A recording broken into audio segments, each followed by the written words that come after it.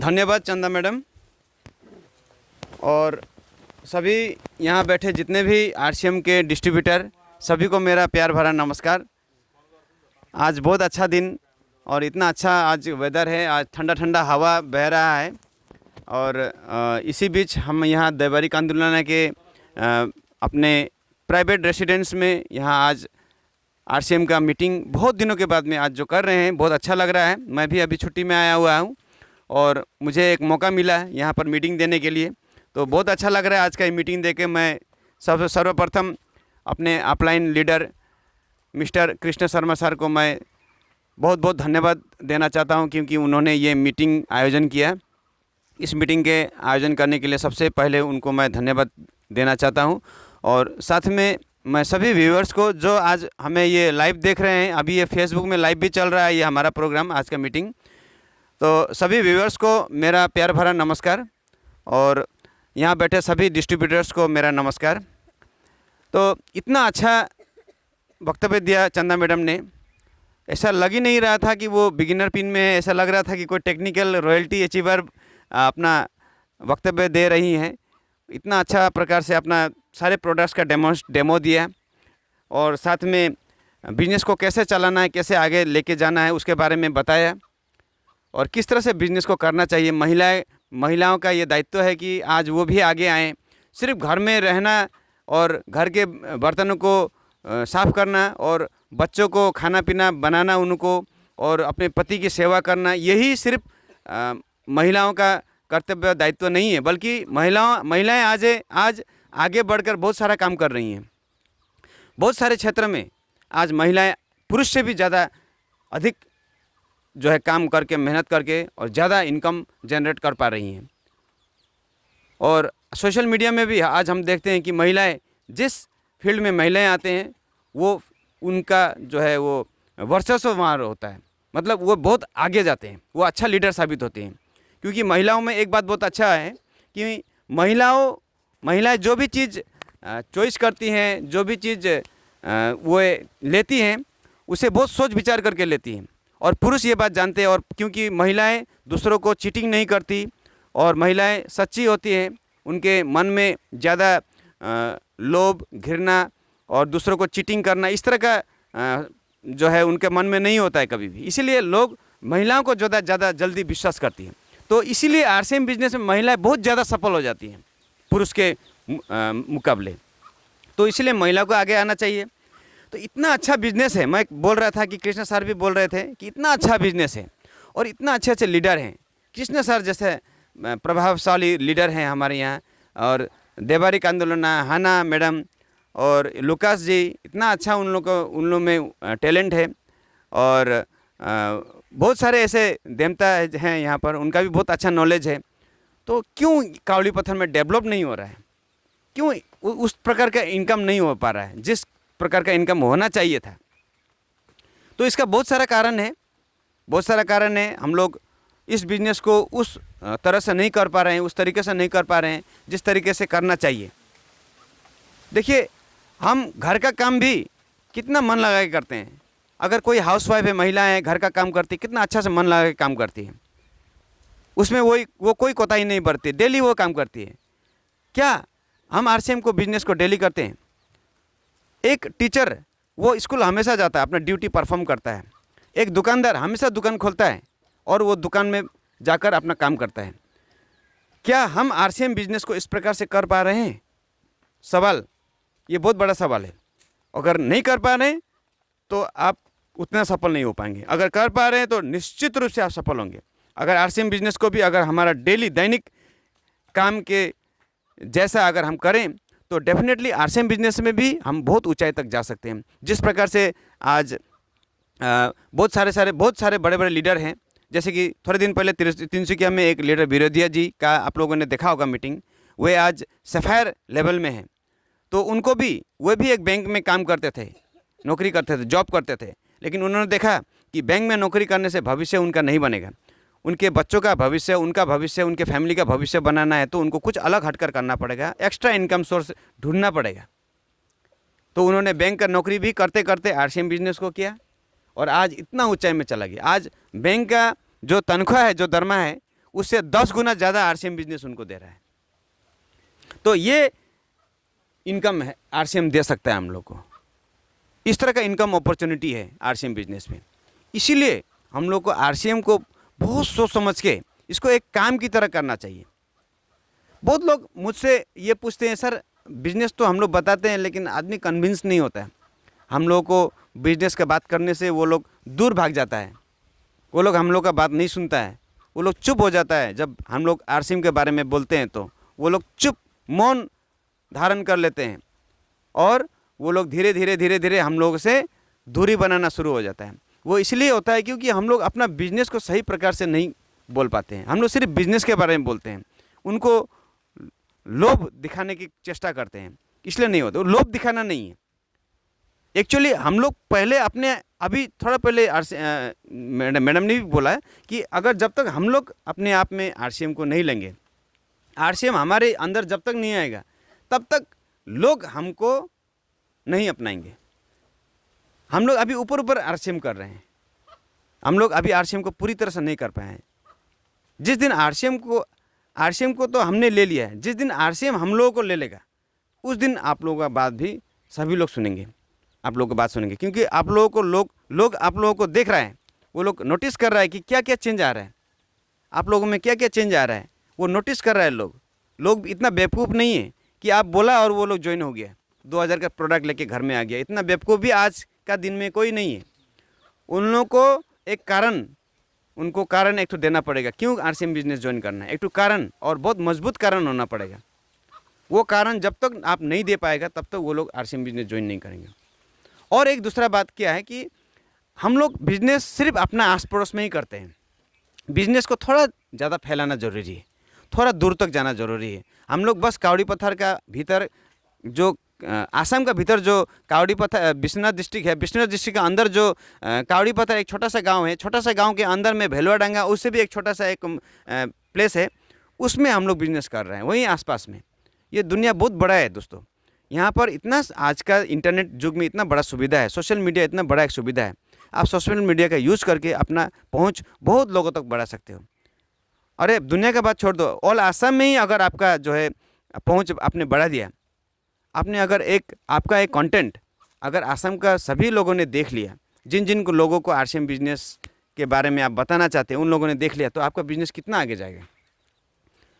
आज social media का युग है, यहाँ पर हम लोग को विजिबल होना ज़रूरी है, लोग हम लोग को देखना ज़रूरी है। जब तक लोग हम लोग को नहीं देखेगा, हम लोग को बात नहीं सुनेगा, तब तक लोग आरसीएम बिजनेस में नहीं आएगा।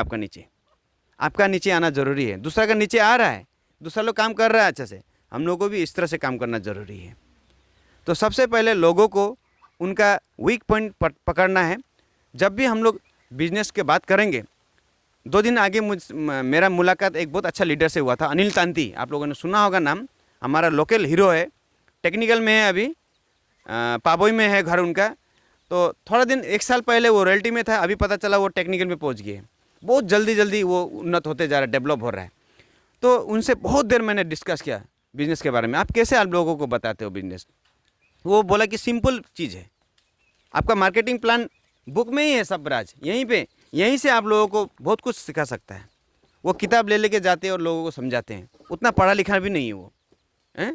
तो वो क्या से शुरू करते हैं वो? सबसे पहले मैं आपको वो टिप्स दूंगा। सबसे पहले वो बोलते हैं कि क्या आपका जो अभी का इनकम है, आप लोगों से पूछे कि अभी आप जो कमा रहा है क्या आप उससे संतुष्ट है?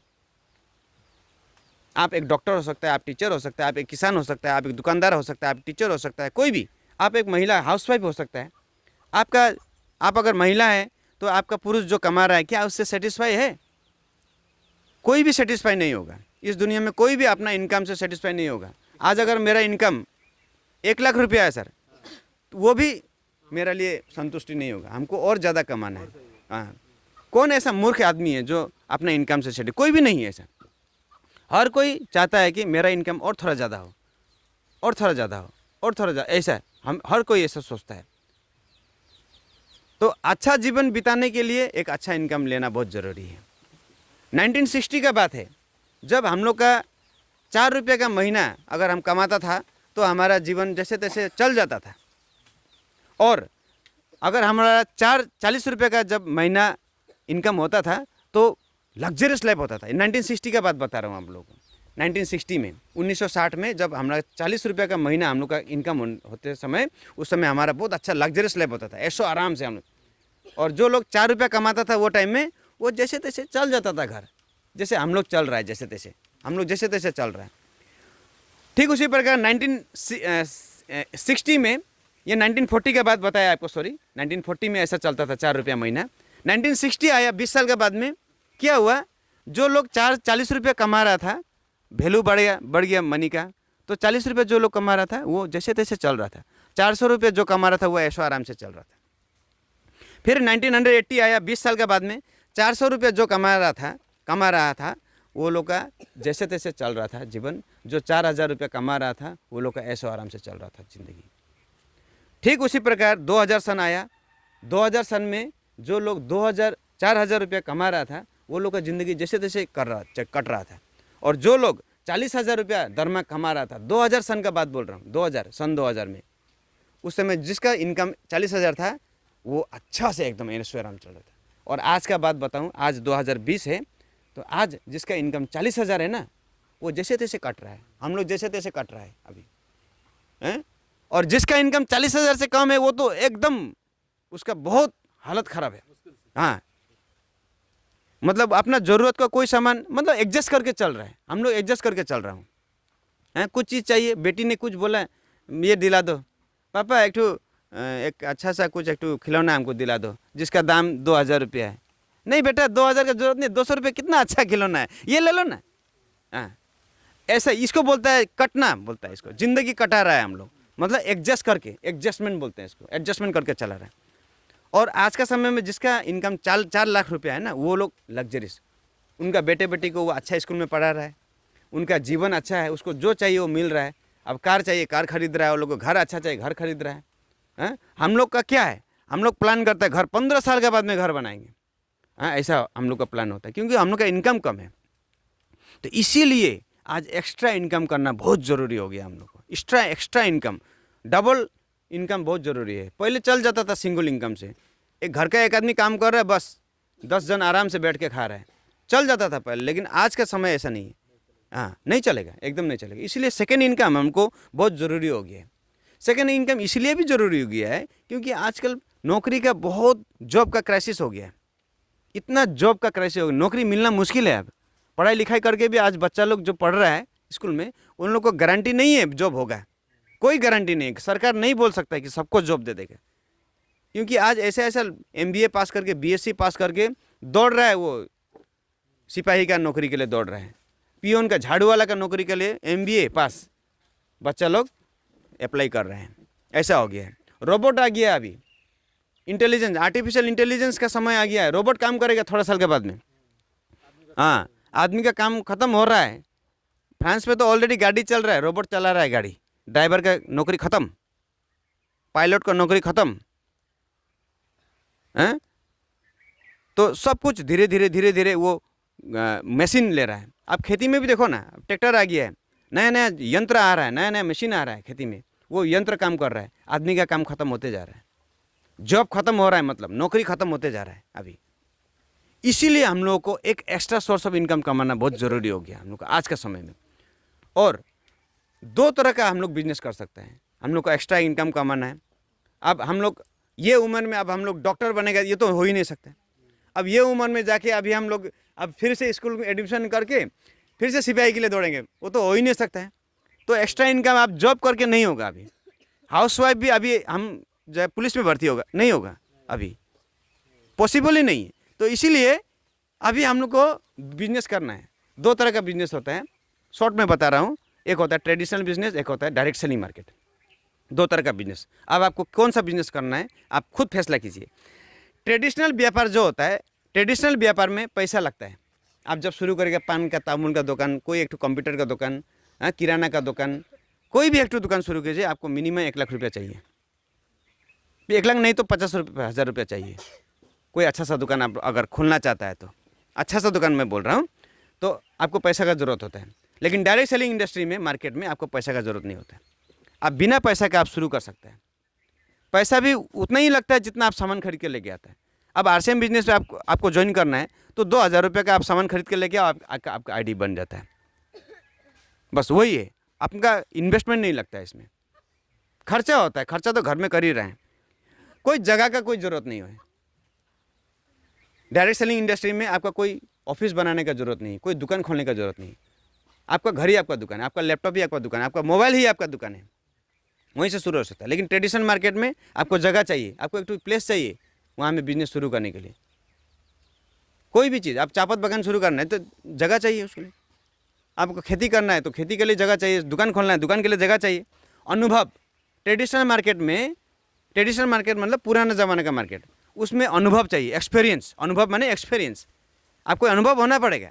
आप ऐसे ही चायपत्ती खेती आप शुरू नहीं कर सकते हैं, आपको उसमें एक्सपीरियंस होना पड़ेगा। आप ऐसे ही आप ट्रैक्टर खरीद के आप जो है ट्रैक्टर का बिजनेस, गाड़ी का बिजनेस नहीं कर सकते हैं, आपको उसमें दक्षता होना पड़ेगा, एक्सपीरियंस होना पड़ेगा। आप एक छोटा सा तामुल दुकान खोलने के लिए भी आपका नॉलेज होना पड़ेगा, उसमें आपका एक्सपीरियंस होना पड़ेगा। लेकिन डायरेक्ट सेलिंग मार्केट में कोई एक्सपीरियंस का ज़रूरत नहीं। आप नए आ जाओ, कोई बात नहीं, कभी ज़िंदगी में आरसीएम बिजनेस नहीं किया, आप आ जाओ, आपको सिखाया जाएगा। यही तो हम लोग सिखाता है मीटिंग में, यही तो सिखाता है हम लोग जो मीटिंग करते हैं लोग, वही चीज़ हम लोग यहाँ पे सिखाते हैं। समय ट्रेडिशनल मार्केट में फुल टाइम, आप सुबह दुकान खोलेंगे शाम को घर जाएंगे, बस। मैं भी थोड़े दिन आगे मैं दुकानदार था, मेरा एक कंप्यूटर का शॉप था, सुबह 7-8 बजे दुकान खोलता था। अगर दुकान नहीं खोलता था तो कस्टमर घर पे आ जाता था, वो लेके जाता था दुकान खोलने के लिए। हाँ, ब्रश करते करते दुकान जाता था और दुकान खोल के वहाँ शुरू हो जाता था फिर कार्यक्रम। लंच भी इस दुकान में आ जाता था, खाना खाने के लिए भी टाइम नहीं है, घर वाले दुकान में लेके आ जाता था टिफ़िन, और वहाँ से खाना एक ही बार रात को 9 बजे बंद होता था दुकान। फुल टाइम ड्यूटी, और बाहर का कुछ सोचने का समय नहीं है। नौकरी में भी ऐसा ही होता है, फुल टाइम ड्यूटी, बाहर का कुछ सोचने का समय नहीं मिलता है। लेकिन डायरेक्ट सेलिंग मार्केट में क्या है कि आप 2 घंटा दिन में निकालो, 1 घंटा निकालो। चंदा मैडम थोड़े बोल रही थी कि 1-2 घंटा में मैं काम कर लेती हूँ, अपना कपड़ा सिलाई का काम, अपना घर का काम, सारा वक्त निकाल के भी वो कर रही हैं। अभी कृष्णा सर को देख लीजिए, वो अपना घर का काम कर रहे हैं, फिर भी यहाँ पे समय थोड़ा बहुत कुछ ना कुछ तो समय निकाल ही रहा है।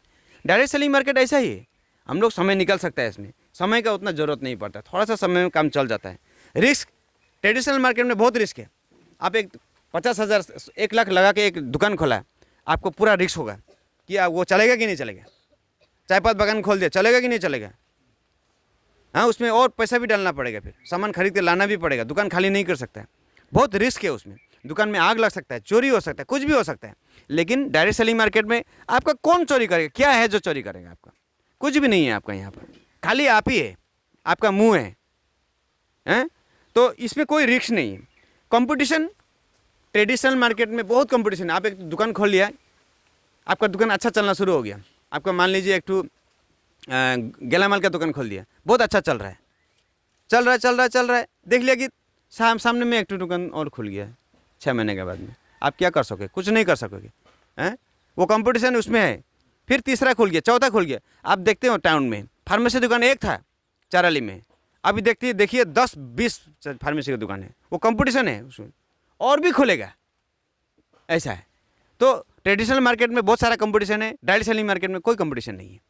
यहाँ पे कंपटीशन किस बात का नहीं है, अगर कोई खुलता भी है तो आपका नीचे में और कोई आरसीएम बिजनेस करता है तो और अच्छा है आपका। हाँ, उसमें क्या कंपटीशन, आपको क्या गुस्सा होना है उसमें, हैं। उसमें आपको घृणा नहीं है, कोई गुस्सा करने का कोई सवाल ही पैदा नहीं होता। आपको तो खुशी होना है। हाँ, जब कोई नीचे कोई ज्वाइनिंग करेगा तो आपको बहुत खुश होगा। आपका नीचे वाला जितना उन्नति करेगा आपको उतना खुशी होता है। आज कृष्णा सर से अगर मैं ज़्यादा अच्छा करूँगा तो कृष्णा सर को भीतर भीतर बहुत खुशी होगा। जाओ आगे बढ़ते जाओ, वो पूरा आशीर्वाद देंगे, क्योंकि वो जानते हैं कि सानू थापा का बिजनेस अगर अच्छा चलेगा तो उनका बिजनेस भी अच्छा चलेगा। तो हम लोग एक दूसरे में टीम वर्क है। ये उनका वजह से मैं चल रहा हूँ, मेरे वजह से वो चल रहे हैं, ये टीम वर्क है। तो इसमें कोई कंपटीशन नहीं होता है। तो आप बताइए खुद, ट्रेडिशनल मार्केट करना चाहिए कि डायरेक्ट सेलिंग मार्केट करना चाहिए, बताइए। तो